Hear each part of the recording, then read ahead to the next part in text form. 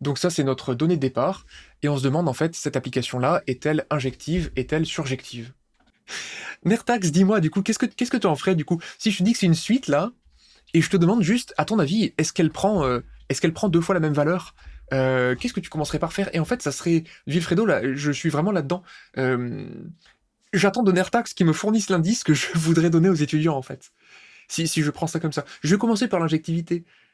Qu'est-ce que je peux commencer à faire de simple, en fait? Toujours se dire... de pas commencer à se dire, ah ouais, machin, on va distinguer les cas pairs et impairs.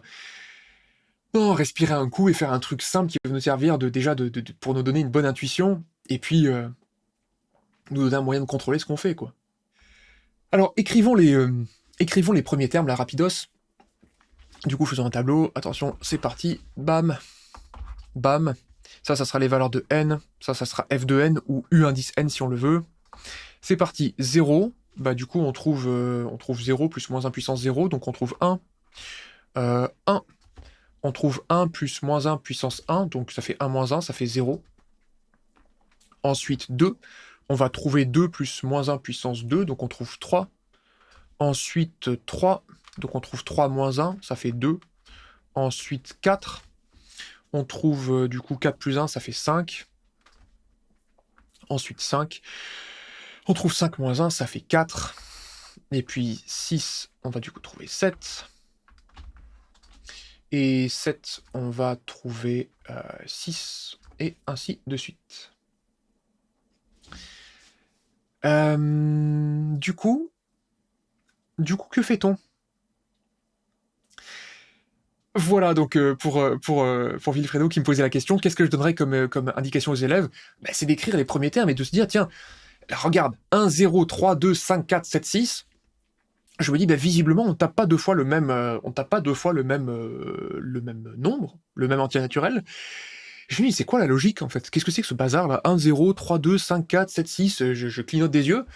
Puis au bout d'un moment, je veux dire, si j'écris assez petit, bah, je regarde, je vois 0, 2, 4, 6, et je vois de l'autre côté du 1, du 3, du 5 et du 7. Et donc là, pour répondre à la question, ce que je ferais, c'est que déjà, je pourrais argumenter. Donc là, on va se faire une roadmap, d'accord? On va pas forcément tout résoudre, mais on va se faire en fait un petit plan. On pourrait dire déjà, on pourrait démontrer ça. On pourrait démontrer que pour tout n dans n,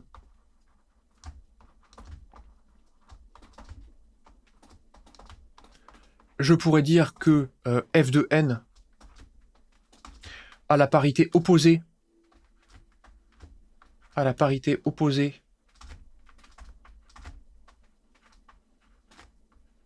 à celle de n.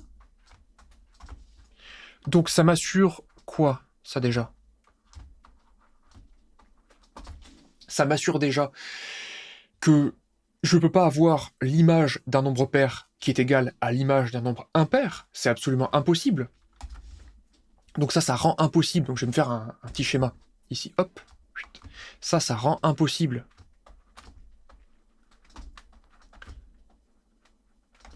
le fait que f d'un nombre pair est égal à f de impair, parce que si les nombres étaient égaux, alors ils auraient la même parité.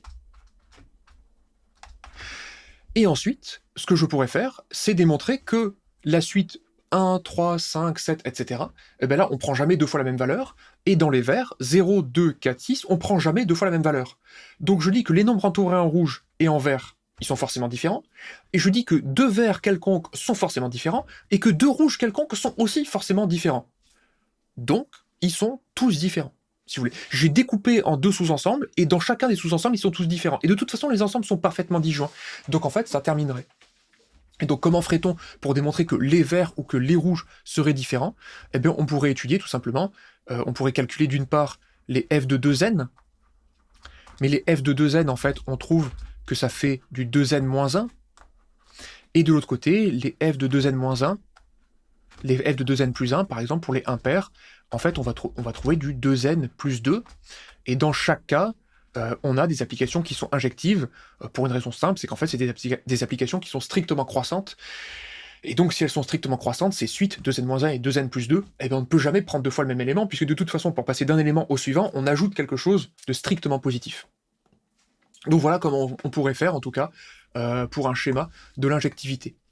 Mais pour Vilfredo, qui me demande, l'indication aux élèves, ce serait toujours la même. Quelqu'un qui m'a pas écrit les 5, 6, 7 premiers termes jusqu'à y voir quelque chose, je le sanctionnerais très durement pour ce crime. Non, je rigole. Je le sanctionnerais très, très durement parce que c'est tellement chouette, tellement pratique que de pouvoir faire en 2 temps, 3 mouvements un tableau, ça évite de dire tellement de bêtises que ne pas le faire et de dire je suis bloqué, ça sera très, très sanctionné. Du coup, ça sent bon l'injectivité, la bijectivité. F de 2n égale 2n plus 1... 2n... 2n plus 1, pardon, c'est moi qui craque, c'est la fin. C'est toujours la même chose en fait. N'hésitez pas à me reprendre très très vite parce que mon attention se relâche, et en fait je finis par oublier ce que je dois faire, c'est pas bon. Et du coup, f de 2n plus 1, je me suis craqué là ou pas? F de 2n plus 1, mais je suis craqué aussi en fait, c'est terrible cette affaire. Ça fait 2n plus 1 plus moins 1 puissance impair, donc ça fait moins 1 et ça fait juste 2n. C'est pas beau, ça sent la fin. Surjectivité, du coup, terminons avec cette histoire de surjectivité. Si j'étais bloqué, alors là, par contre, effectivement, oui, Matasius, effectivement, les sous-suites des termes pairs et les sous-suites impairs sont strictement croissants. C'est bien 2n-1 ? C'est juste le terme pour n égale 0 qu'il faut mettre de côté ? Attendez.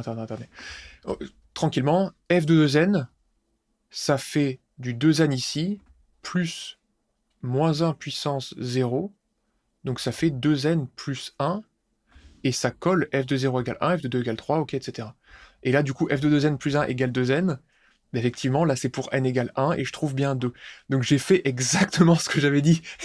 À quoi ça sert d'avoir un tableau? Ça sert à contrôler ses résultats, et regardez-moi ce guignol qui vous sert d'hôte aujourd'hui, qui ne fait pas du tout ce qu'il prodigue, et qui vous balance 2 résultats faux en toute détente, sans contrôler les résultats avec ce qu'il y avait au-dessus. C'est terrible. Et voilà, on apprend par l'exemple et par le contre-exemple, et regardez-moi cette joyeuse tête de contre-exemple. Voilà. Pour la surjectivité, alors qu'est-ce qu'on pourrait faire d'intéressant pour la surjectivité ? Eh ben, de la même manière, en fait, c'est pas très compliqué. À partir du moment où on va dire que n'importe quel nombre pair, en fait, je peux toujours l'écrire 2n, donc en fait, il admet forcément un antécédent par f, et en fait, je peux même l'expliciter, cet antécédent. Si je cherche quel antécédent trouver à 4, eh ben, j'aurai 5, et de la même manière, si je cherche un antécédent à 7, disons, ben, je vois qu'il suffit de prendre n égale 3 et qu'il suffit de calculer f de 6. Donc de la même manière, dans la recherche d'antécédents, je vais avoir tendance à distinguer les termes pairs et les termes impairs. Mais ce qu'il y a de très intéressant en fait dans l'affaire, c'est qu'il y a plein d'associations d'idées qui peuvent marcher.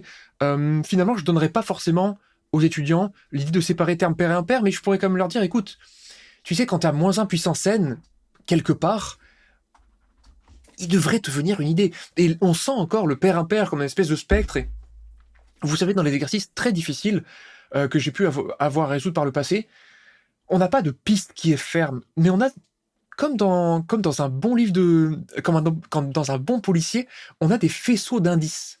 Le moins 1 puissance n, je sens peut-être un découpage pair impair. Je vois quel que soit n dans n, peut-être un soupçon de récurrence. C'est ce genre de truc-là qu'il faut apprendre à repérer.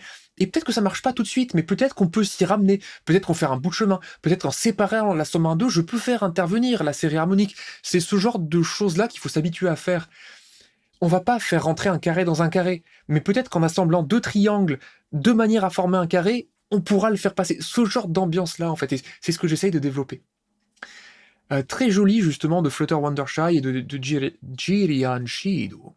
On pouvait repérer que f est une involution, et donc elle est bijective parce que f rond f est égal à f. Et en fait, on le voit, si vous voulez voir ce qui se passe, regardez ça. Les valeurs de 0 et de 1 sont échangées. Les valeurs de 2 et de 3 sont échangées. Les valeurs de 4 et de 5 sont échangées. Les valeurs de 6 et de 7 sont échangées. Donc non seulement on voit cette affaire de parité qui s'intervertit, mais on voit aussi l'involution. En fait, vous voyez ça, vous voyez la symétrie vous voyez le f rond f égale identité. Et si vous avez f rond f égale identité, vous avez ici une application bijective, et vous avez même la bijection réciproque qui est f. C'est très joli. Et là encore, très, très important, comment on peut trouver ce genre de choses sans y aller au pif? Eh bien, on le trouve en faisant un tableau. Voilà.